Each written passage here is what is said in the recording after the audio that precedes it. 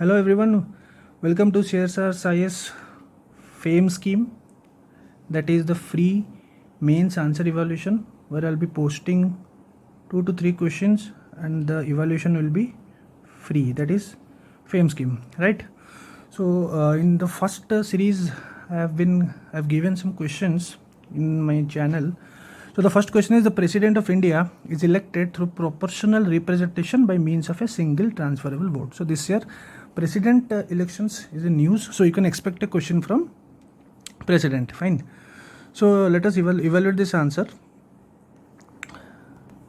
The Indian Constitution upheld office of president under Article 52. So here Article 52 you need to mention, because every polity question you need to mention the constitutional aspect.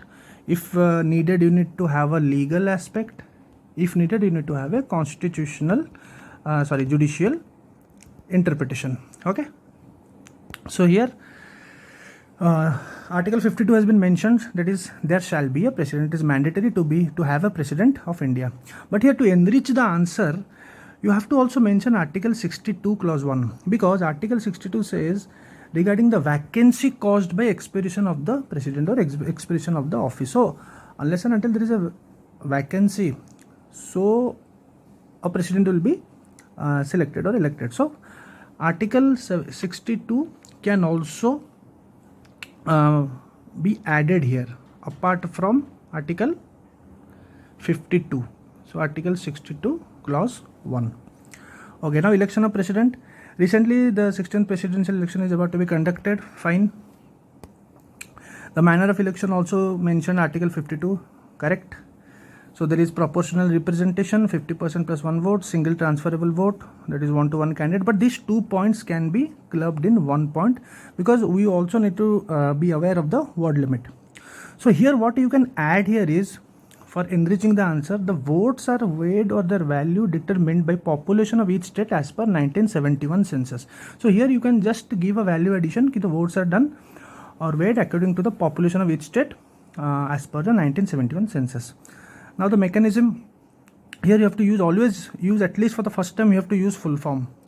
So it consists of ballot, consists of all nominees, 50 approvers, 50 seconders. The electoral college, you can mention about the electoral college here, that is fine. Now the next point is the votes through allocating a number of left side of names of candidates. So you need to explain the electoral process, right? Okay, so after explanation, you have to also give the reasons for the presidential elections, like the advantages, and also you have to give the negative side of the presidential elections. So India follows a parliamentary form of government, hence need no direct elected representatives. Okay, presidential elections will also promote the interest of minority groups. It's a good point.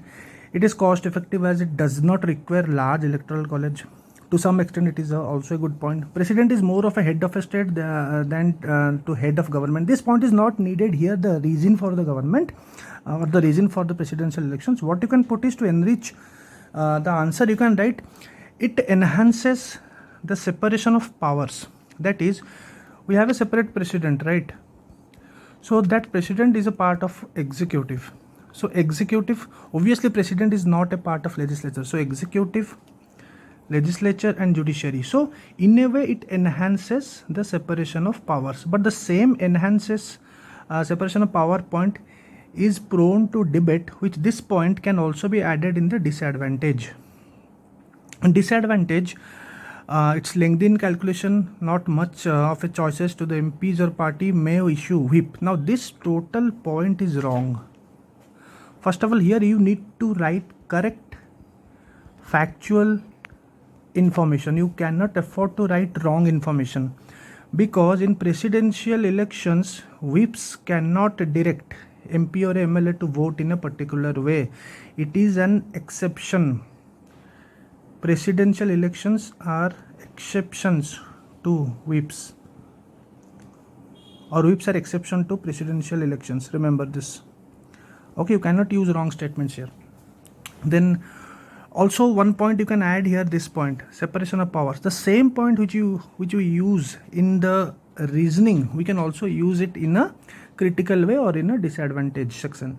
That is separation of powers debate, because if the president is from the same party dominated by the legislature, so obviously there will not be separation of powers, right? Because he is from the same party which is dominated in the legislature. So this is prone to debate. So you are giving a particular view of a particular point which is in a way enhances the presidential elections topic, and that same point is also prone to corruption, or it's prone to the separation of powers debate. However, given the geography and the demography of India with vast diversity, this system is more suitable since president is indirectly elected on behalf of the people. Fine. So this is the way you have to write a answer. Okay, and also you need to take care of word limit. Okay, next. Second question is, presidential pardoning power is unquestionable. Do you agree? Illustrate with suitable examples. Now this question is very important. It's a part of our polity. But the thing is, only reading Lakshmikant will not help you. You need to have a conceptual understanding with judicial interpretations. With judicial interpretations, you need to have some judgments name ready-made. Okay, it can be a recent judgment or it can be an old judgment, but it should be relevant. Fine. So the pardoning power of president is been mentioned as Article 72. Always mention the article name. You can use always the article name in the introduction. Okay. Now pardoning power, the president shall, never use the word could, because always use constitutional language. I'm not saying to use full constitutional language. At least you should be very particular with where it is may or where it is shall. Okay. So the president shall exercise or grant pardon, suspend, commute or remit death sentence. Fine. But it is done on the advice of the aid and advice of the council of ministers. Fine. Basically it is the home ministry in writing which conveys to the president. Absolutely correct. Now the thing is, the question is, you have mentioned, now this is the intro part. Now you have mentioned about the pardoning power. Fine. So your intro part is done. Now presidential pardoning power is unquestionable. You should directly come to the point what is asked in the question. You should not waste your time or your words in mentioning all these things. Not required. The question is not asking about write something about the pardoning power. The question is asking about the pardoning power is questionable or not. Fine. So question is it questionable? You have to explain this. So you can directly, so this part is not needed because you have to be careful of word limit. Now the pardoning power is unquestionable. You have to justify this. Then again you have to write it is questionable. You have to justify this. Fine. Now Supreme Court has, now here your judicial interpretation knowledge will come into play. Fine, because you have to give those examples. Supreme Court through various judgment had mentioned president can examine the evidence afresh and take a view different from the court. Fine. President is not bound to give reason for his order. Fine, because we are giving the reason for unquestionable. President would relieve not only from a sentence that he regards unduly harsh but also from an evident mistake. Okay. There is no Supreme Court guidelines for exercise of president pardon. Now this is totally a wrong statement. You should not use this kind of extreme sentences or facts just based on your interpretation. Before writing these facts, you should know it. You should know it explicitly, whether you have read it anywhere explicitly in your own eyes. You should be very explicit while giving these kind of statements, because it looks very harsh and it's also not true, because the Supreme Court has given guidelines. The court name is Satpal versus State of Haryana 2000. Here regarding the pardoning powers, the Supreme Court said it is subject to judicial review. It is subject to judicial review.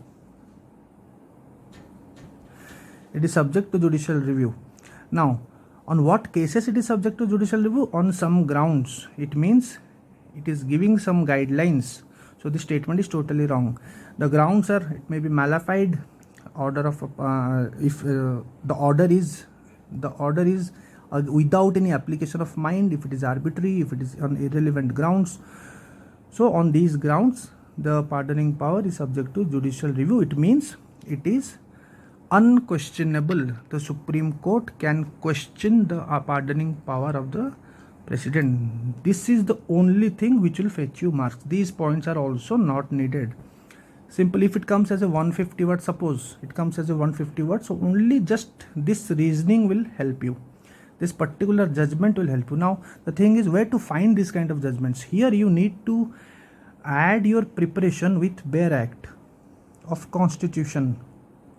After you read Lakshmikant, you have to read bare act so that you get the extra marks in mains. Okay, now however at the same time or to the same grounds precedent question is unquestionable also, you have to give the other way, fine. So here simply one case is enough for the answer. One case, Satpal case for this, and another case is Shatrughan case for 2014, very recent case. Here the Supreme Court held that delay in deciding the mercy petition is a sufficient ground for commutation of death sentence to life imprisonment.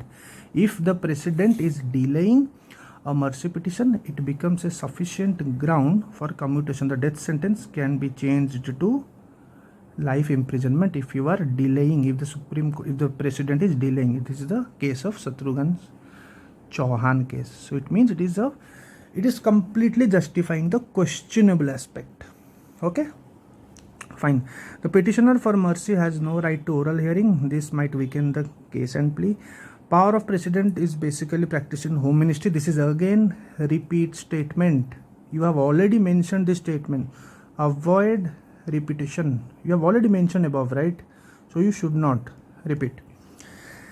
No provision for obtaining replea in case of first rejection. Fine. No timeline fixed by disposing of mercy petition. Now this no timeline for disposing mercy petition is mentioned in, so there is no timeline in the constitution. So this point and this point are enough for this particular questionable aspect of the pardoning power.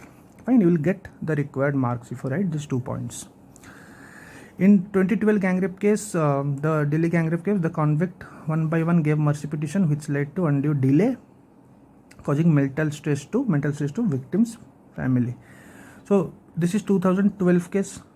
There was a delay in the mercy petition. So after that, this case happened, Shatrughan case.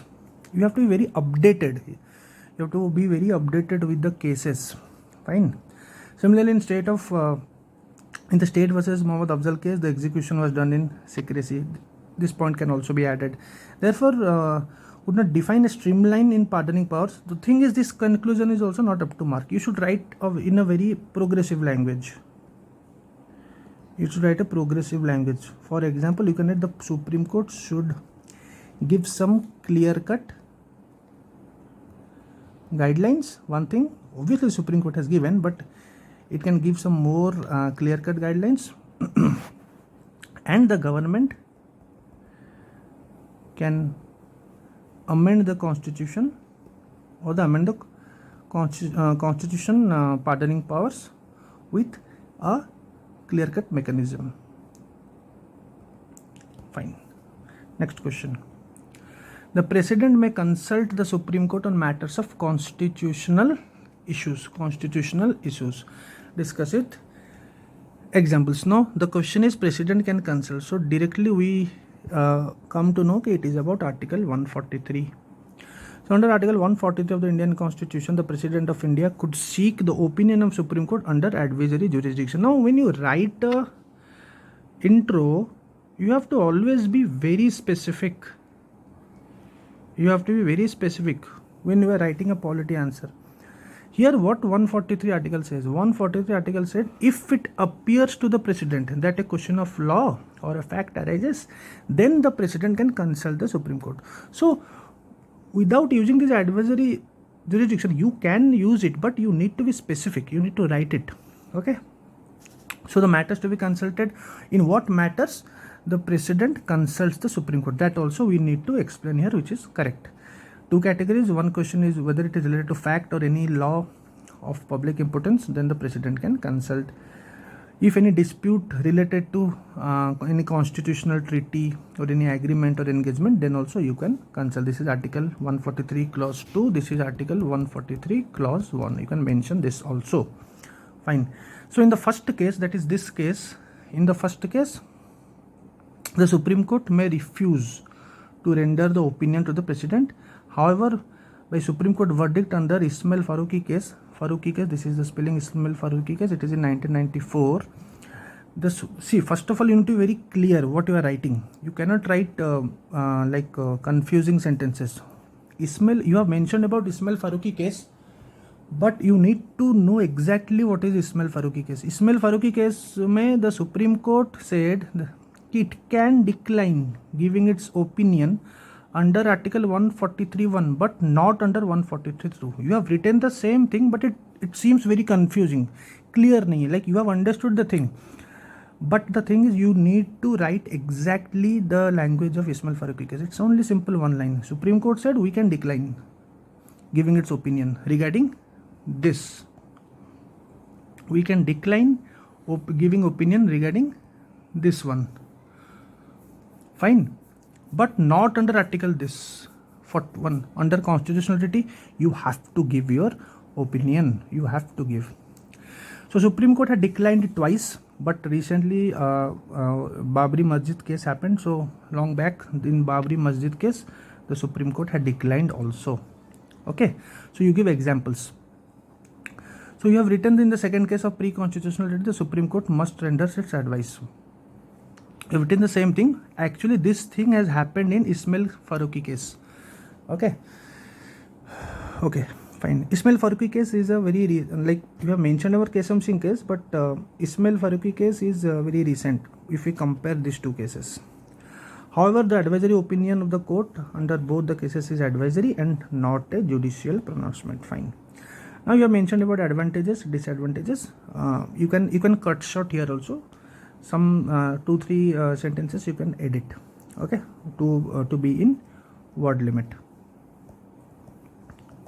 Fine. And here also you give the examples. You give this example also. So if you mention about this example, you have to write it here itself. You have to write it here itself because the Supreme Court had declined in Babri Masjid case. Way forward, the advisory jurisdiction, because this jurisdiction is a constitutional wonder, so should be used regularly. See, you should not write should be. Okay, you should not write should be. It's okay to be used regularly, or if you can use frequently. Having judicial angle to any issues may help in more just decision and repeat point. And again, advisory jurisdiction, we are repeating it. So always use some other language. Although it is against the spirit of separation of power, it is needed in the country like vast country like India, which is having vast diversity. Therefore, India is still a young democracy of 75 years in making, needs to be rediscovered over a time with the help of all organs. So avoid repetition and try to be in word limit always. Okay, so signing off. Thank you, CSR.